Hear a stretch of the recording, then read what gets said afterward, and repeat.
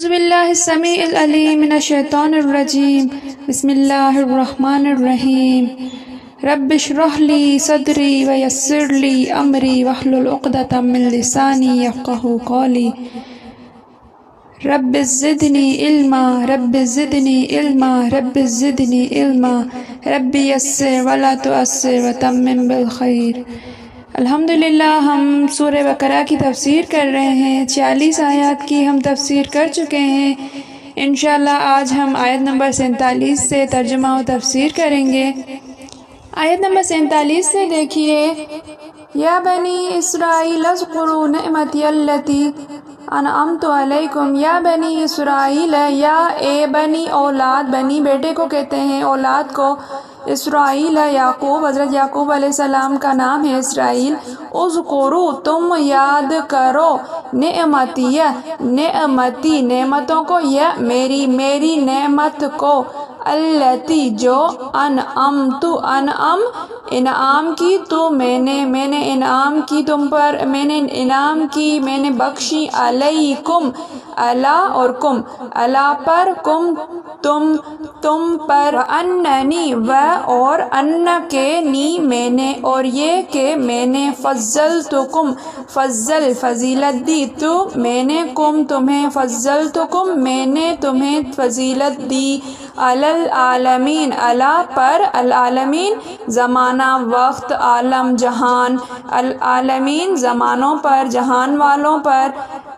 یا بنی اسرائیل اذکروا، اے اولاد یعقوب، اے یعقوب کی اولاد، اذکروا تم یاد کرو میری نعمتوں کو جو میں نے تم پر کی، ان احسانات کو یاد کرو جو میں نے تم پر کیے تھے، وَأَنْعَمْتُ عَلَيْكُمْ جو تمہیں میں نے بخشے تھے، تم پر کیے تھے، وَأَنِّي فَضَّلْتُكُمْ اور یہ کہ میں نے تمہیں فضیلت دی تھی، علی العالمین جہان والوں پر، تمام عالم پر، یہ کہ میں نے تم کو جہان کے لوگوں پر فضیلت بخشی تھی۔ آگے دیکھیے، وَاتَّقُوا و اور اتقوا ڈرو، اور ڈرو، یومن اس دن سے، لا تجزی لا نہیں، تجزی جزا سے ہے یہ بدلہ، لا تجزی بدلہ نہ بنے گا، نفسن کوئی نفس، کوئی شخص، ان نفسن ان سے، نفسن کسی بھی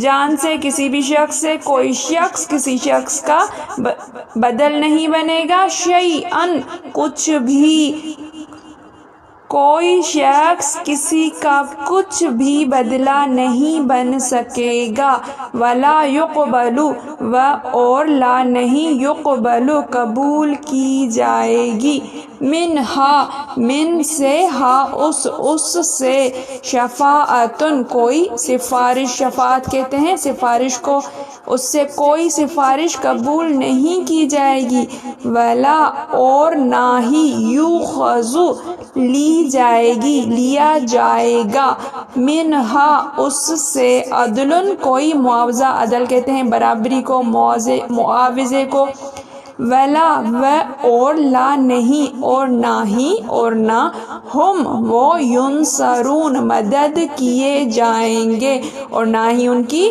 مدد کی جائے گی، اور نہ ہی وہ مدد کیے جائیں گے۔ محاورہ ترجمہ دیکھیں، اور اس دن سے ڈرو جب کوئی کسی کے کچھ کام نہ آئے گا، اور نہ کسی کی سفارش منظور کی جائے گی، اور نہ کسی سے کسی طرح کا بدلہ قبول کیا جائے گا، اور نہ لوگ کسی اور طرح سے مدد حاصل کر سکیں گے، وَلَا هُمْ يُنصَرُونَ کسی کی مدد، ان کی مدد نہیں کی جائے گی۔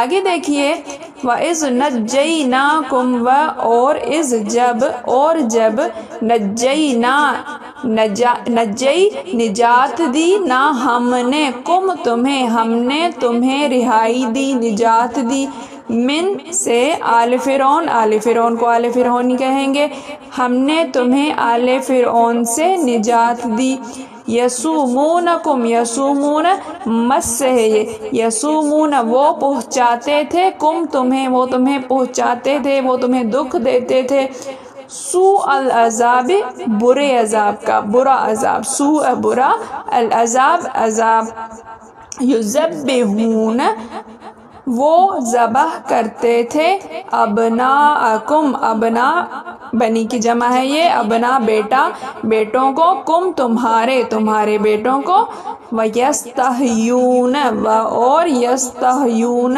وہ زندہ چھوڑ دیتے تھے اور زندہ چھوڑ دیتے تھے، نساءکم نساء عورتیں، کم تمہاری اور تمہاری عورتوں کو زندہ چھوڑ دیتے تھے، وفی اور میں، ذالک اس، کم تمہارے لیے اور اس میں تمہارے لیے، بلاء آزمائش تھی، من سے، ربکم تمہارے رب کی، عظیم بڑی، تمہارے رب کی طرف سے بہت بڑی آزمائش تھی۔ بامحاورہ ترجمہ دیکھیے، اور ہمارے ان احسانات کو یاد کرو جب ہم نے تم کو قوم فرعون سے نجات بخشی، وہ لوگ تم کو بڑا دکھ دیتے تھے، تمہارے بیٹوں کو تو قتل کر ڈالتے تھے اور بیٹیوں کو زندہ رہنے دیتے تھے، اور اس میں تمہارے پروردگار کی طرف سے بڑی سخت آزمائش تھی۔ یہ دیکھیے، وَإِذْ فَرَقْنَا بِكُمُ الْبَحْرَ وَإِذْ اور اس جب فرقنا ہم نے پھاڑ دیا، بِكُم بھی کے لیے، کم تمہارے لیے، البحر دریا کو، اور جب ہم نے تمہارے لیے دریا کو پھاڑ دیا، فَأَنْجَيْنَاكُمْ پھر انجینا ہم نے نجات دی، کم تمہیں اور ہم نے تمہیں نجات دی، ہم نے تمہیں بچا لیا، وَأَغْرَقْنَا اور غرق کر دیا، نہ ہم نے اور ہم نے ڈبو دیا، غرق کر دیا، آل فرعون کو، وَأَنْتُمْ اور انتم تم، تنظرون دیکھ رہے تھے اور تم دیکھ رہے تھے۔ بامحاورہ ترجمہ دیکھیں، اور جب ہم نے تمہارے لیے دریا کو پھاڑ دیا، تم کو نجات دی اور فرعون کی قوم کو غرق کر دیا، اور تم دیکھ ہی رہے تھے۔ تفسیر دیکھیے، آیت نمبر 47 کی بات چل رہی ہے بنی اسرائیل کے آباء و اجداد پر اللہ تعالیٰ کے انعامات کی۔ بنی اسرائیل چونکہ حضرت یعقوب علیہ السلام کی قوم ہے، بنی اسرائیل کے آباء و اجداد پر جو اللہ تعالیٰ نے انعام کیے تھے اس کا ذکر ہو رہا ہے کہ ان میں سے رسول ہوئے، ان پر کتابیں اتری، انہیں ان کے زمانے کے دوسرے لوگوں پر ایک مرتبہ، ایک فضیلت دی گئی، جیسے سورہ دخان میں اللہ تعالیٰ فرماتے ہیں، یعنی ان کے زمانے کے اور لوگوں پر ہم نے علم میں فضیلت دی۔ سورہ مائدہ کی آیت میں فرمایا کہ اے میری قوم، تم اللہ تعالیٰ کی اس نعمت کو یاد کرو جو تم پر انعام کی گئی ہیں، تم میں اس نے پیغمبر پیدا کیے، تمہیں بادشاہ بنایا اور وہ دیا جو تمام زمانے کو نہیں دیا۔ تمام لوگوں پر فضیلت ملنے سے مراد ان کے زمانے کے تمام اور لوگ ہیں، اس لیے کہ امت محمدیہ ان سے یقیناً افضل ہے۔ اس امت کی نسبت فرمایا گیا ہے۔ ایک اور آیت میں ہے، سورہ آل عمران کی آیت میں، تم بہتر امت ہو جو لوگوں کے لیے بنائی گئی ہو، جو تم بھلائیوں کا حکم کرنے والے اور برائیوں سے روکنے والے ہو اور اللہ تعالیٰ پر ایمان رکھتے ہو۔ اگر اہل کتاب بھی ایمان لاتے تو ان کے لیے بہتر ہوتا۔ نبی کریم صلی اللہ علیہ وسلم فرماتے ہیں کہ تم 70ویں امت ہو اور سب سے بہتر اور بزرگ ہو۔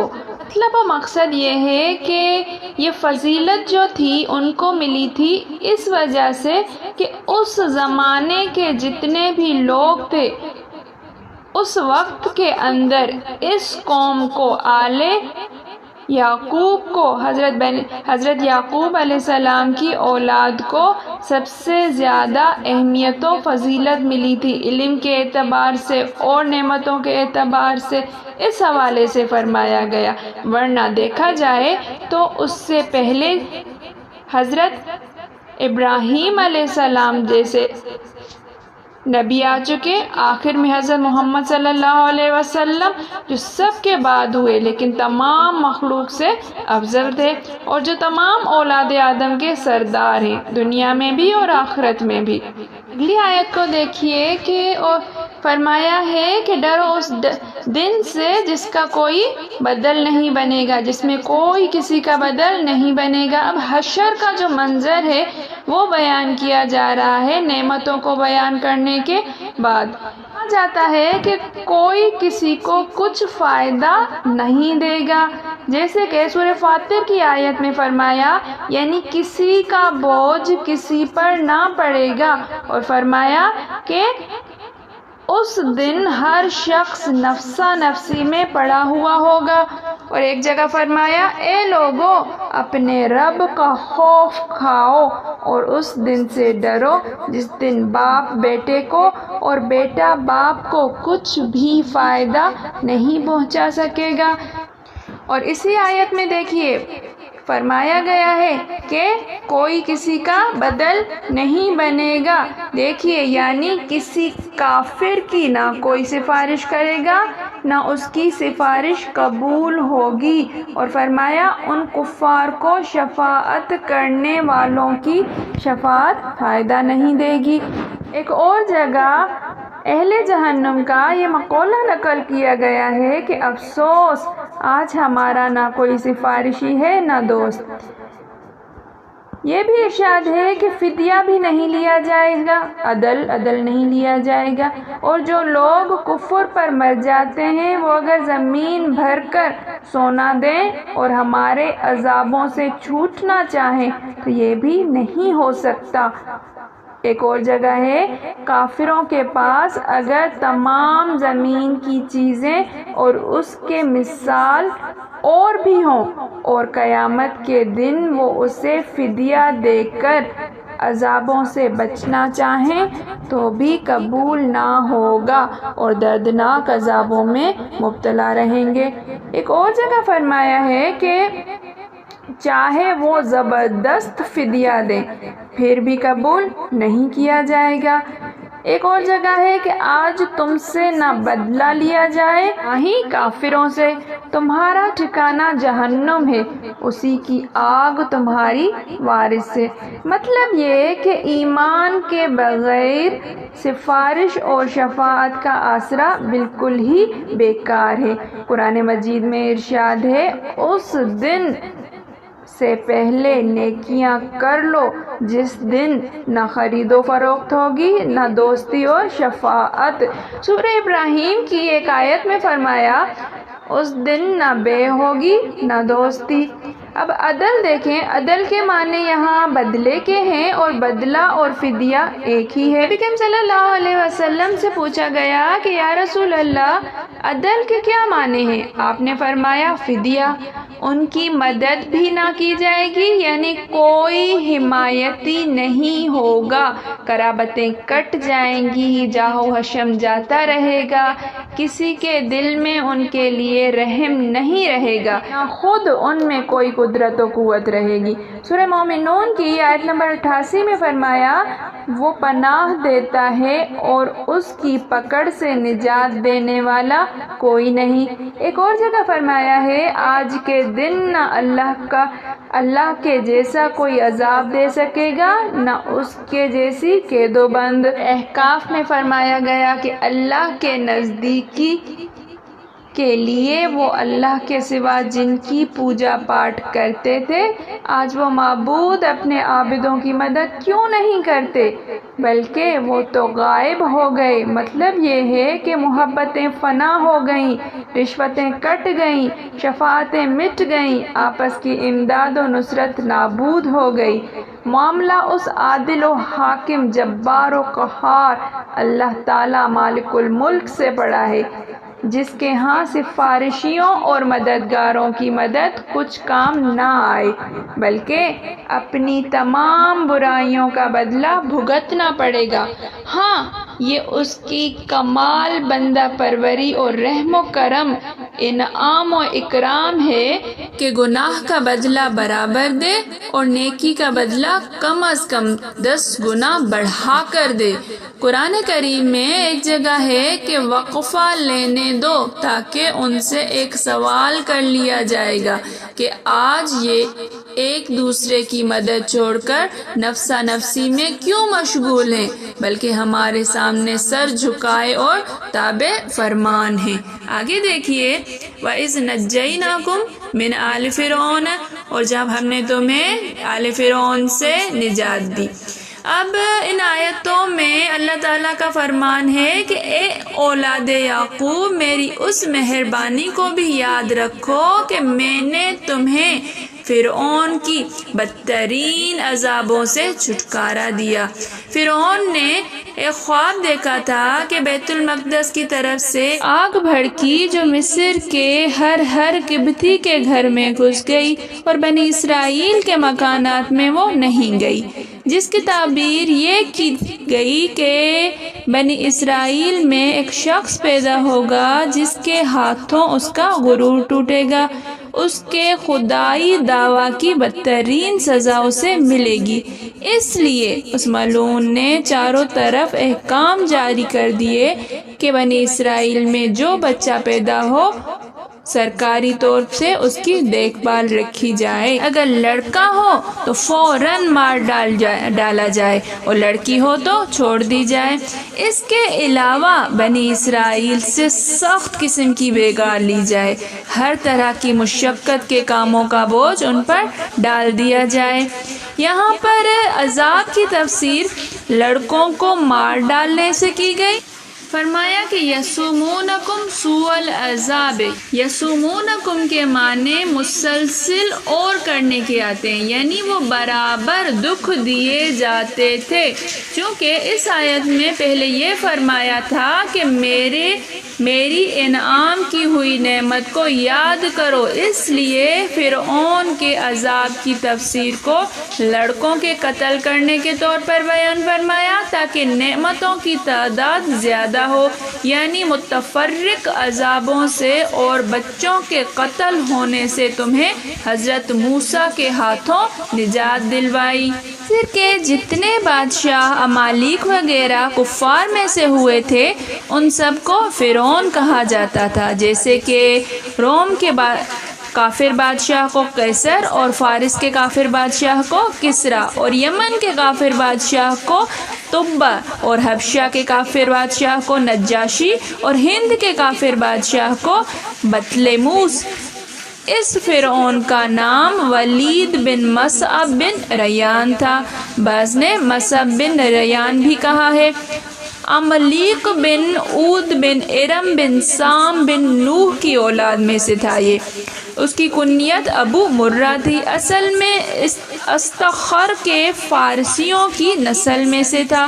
فرمایا کہ وفی ذالکم بلاء من ربکم عظیم، اس نجات دینے میں ہماری طرف سے ایک بڑی بھاری نعمت تھی۔ بلاء کے اصلی معنی آزمائش کے ہیں، لیکن یہاں پر حضرت ابن عباس رضی اللہ تعالیٰ عنہ وغیرہ سے نعمت کے معنی منقول ہے۔ انعام اور آزمائش بھلائی برائی دونوں کے ساتھ ہوتی ہے، لیکن بلوتہ بلاء کا لفظ عموماً برائی کی آزمائش کے لیے اور ابلیہ ابلاء و بلاء کا لفظ بھلائی کے ساتھ کی آزمائش کے لیے آتا ہے۔ یہ کہا گیا ہے کہ اس میں تمہاری آزمائش یعنی عذاب میں اور اس بچوں کے قتل ہونے میں تھی۔ دیکھیے فرمایا کہ جب ہم نے پھاڑ دیا تمہارے لیے دریا کو اور تمہیں بچا لیا اور آل فرعون کو ڈبو دیا۔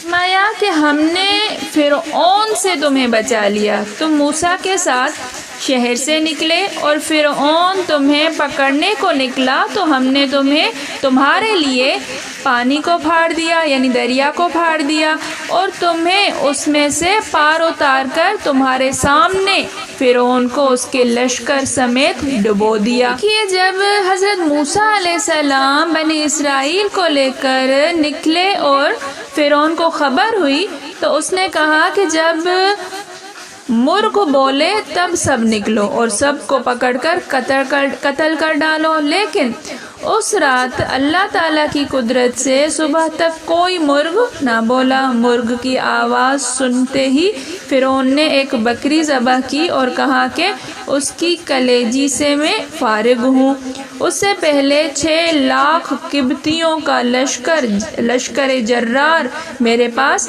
حاضر ہو جائے۔ چنانچہ حاضر ہو گیا اور یہ ملعون اتنی بڑی جمعیت کو لے کر بنی اسرائیل کی ہلاکت کے لیے بڑے کروفر سے نکلا اور دریا کے کنارے انہیں پا لیا۔ اب بنی اسرائیل پر دنیا تنگ ہو گئی، پیچھے ہٹیں تو فرعونیوں کی تلواروں کی بھیڑ چڑھ جائیں، آگے بڑھیں تو مچھلیوں کا لقمہ بنے۔ اس وقت حضرت یوشع بن نون علیہ السلام نے کہا کہ اے اللہ کے نبی، اب کیا کیا جائے؟ آپ علیہ السلام نے فرمایا، یعنی موسیٰ علیہ السلام نے، حکم الہی ہمارا رہنما ہے۔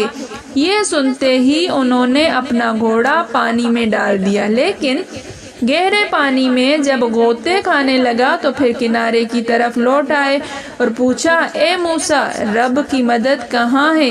ہم نہ آپ کو جھوٹا جانتے ہیں اور نہ رب کو۔ 3 مرتبہ ایسا ہی کہا۔ اب حضرت موسیٰ علیہ السلام کی طرف وحی آئی کہ اپنا عصا دریا پر مارو۔ عصا مارتے ہی پانی نے راستہ دے دیا اور پہاڑوں کی طرح کھڑا ہو گیا۔ حضرت موسیٰ علیہ السلام اور آپ کے ماننے والے ان راستوں سے گزر گئے۔ انہیں اس طرح پار اترتے دیکھ کر فرعون اور فرعونی افواج نے بھی اپنے گھوڑے اسی راستے پر ڈال دیے۔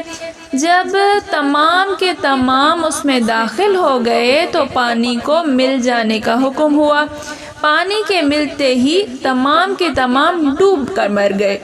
بنی اسرائیل نے قدرت الہی کا یہ نظارہ اپنی آنکھوں سے کنارے پر کھڑے ہو کر دیکھا، جس سے وہ بہت ہی خوش ہوئے۔ اپنی آزادی اور فرعون کی بربادی ان کے لیے خوشی کا سبب بنی۔ روایت میں ہے کہ یہ دن عاشورے کا تھا، یعنی محرم کی 10ویں تاریخ کا۔ ایک حدیث میں ہے کہ جب حضور صلی اللہ علیہ وسلم مدینہ شریف میں تشریف لائے تو دیکھا کہ یہودی عاشورے کا روزہ رکھتے ہیں۔ پوچھا کہ تم اس دن کا روزہ کیوں رکھتے ہو؟ انہوں نے کہا، اس لیے کہ اس مبارک دن میں بنی اسرائیل نے فرعون کے ظلم سے نجات پائی اور ان کا دشمن غرق ہوا، جس کے شکریہ میں حضرت موسیٰ علیہ السلام نے یہ روزہ رکھا۔ آپ صلی اللہ علیہ وسلم نے فرمایا، تم سے بہت زیادہ حقدار موسیٰ علیہ السلام کا میں ہوں۔